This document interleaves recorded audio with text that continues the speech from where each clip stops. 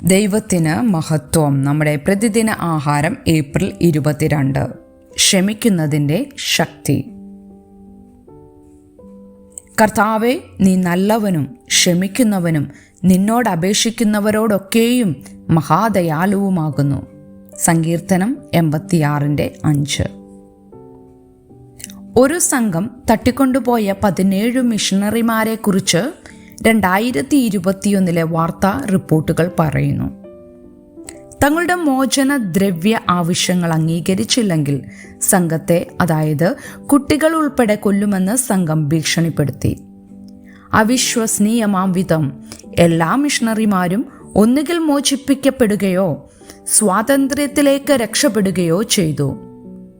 സുരക്ഷിതത്വത്തിൽ എത്തിയപ്പോൾ അവർ തടവിലാക്കിയവർക്ക് ഒരു സന്ദേശം അയച്ചു. അക്രമാസക്തമായ ശക്തിയുടെ വിദ്വേഷത്തെക്കാൾ സ്നേഹത്തിൻ്റെ, ക്ഷമിക്കാനുള്ള ശക്തി ശക്തമാണെന്ന് വാക്കിലൂടെയും സ്വന്തം മാതൃകയിലൂടെയും യേശു ഞങ്ങളെ പഠിപ്പിച്ചു. അതിനാൽ ഞങ്ങൾ നിങ്ങളോട് ക്ഷമിക്കുന്നു. ക്ഷമ ശക്തമാണെന്ന് യേശു വ്യക്തമാക്കി. യേശു പറഞ്ഞു, നിങ്ങൾ മനുഷ്യരോട് അവരുടെ പിഴകളെ ക്ഷമിച്ചാൽ സ്വർഗസ്ഥനായ നിങ്ങളുടെ പിതാവ് നിങ്ങളോടും ക്ഷമിക്കും. പിന്നീട് പത്രോസിന് ഉത്തരം നൽകിക്കൊണ്ട് നാം എത്ര പ്രാവശ്യം ക്ഷമിക്കണമെന്ന് ക്രിസ്തു പറഞ്ഞു.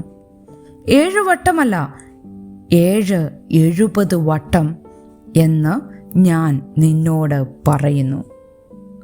ക്രൂശിൽ വെച്ച് പിതാവേ, ഇവർ ചെയ്യുന്നത് ഇന്നത് എന്ന് അറിയായിക കൊണ്ട് ഇവരോട് ക്ഷമിക്കണമേ എന്ന് പ്രാർത്ഥിച്ചപ്പോൾ യേശു ദൈവീക ക്ഷമ പ്രകടമാക്കി. 2 കക്ഷികളും സൗഖ്യത്തിലേക്കും അനുരഞ്ജനത്തിലേക്കും നീങ്ങുമ്പോൾ ക്ഷമ അതിൻ്റെ പൂർണ്ണ സാക്ഷാത്കാരത്തിലെത്തുകയാണ്.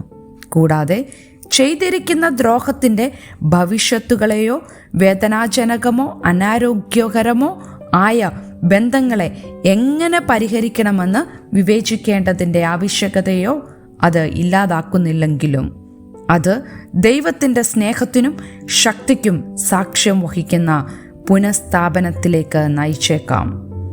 അവൻ്റെ മഹത്വത്തിനായി ക്ഷമയുടെ കരം നീട്ടാനുള്ള വഴികൾ നമുക്ക് നോക്കാം. ചിന്തിക്കുക, എപ്പോഴാണ് ക്ഷമിക്കുന്നത് ഏറ്റവും കഠിനമായിരിക്കുന്നത്? ക്ഷമിക്കുന്നതിന് നിങ്ങളെ സഹായിക്കാൻ പരിശുദ്ധാത്മാവിൽ എങ്ങനെ ആശ്രയിക്കാൻ കഴിയും?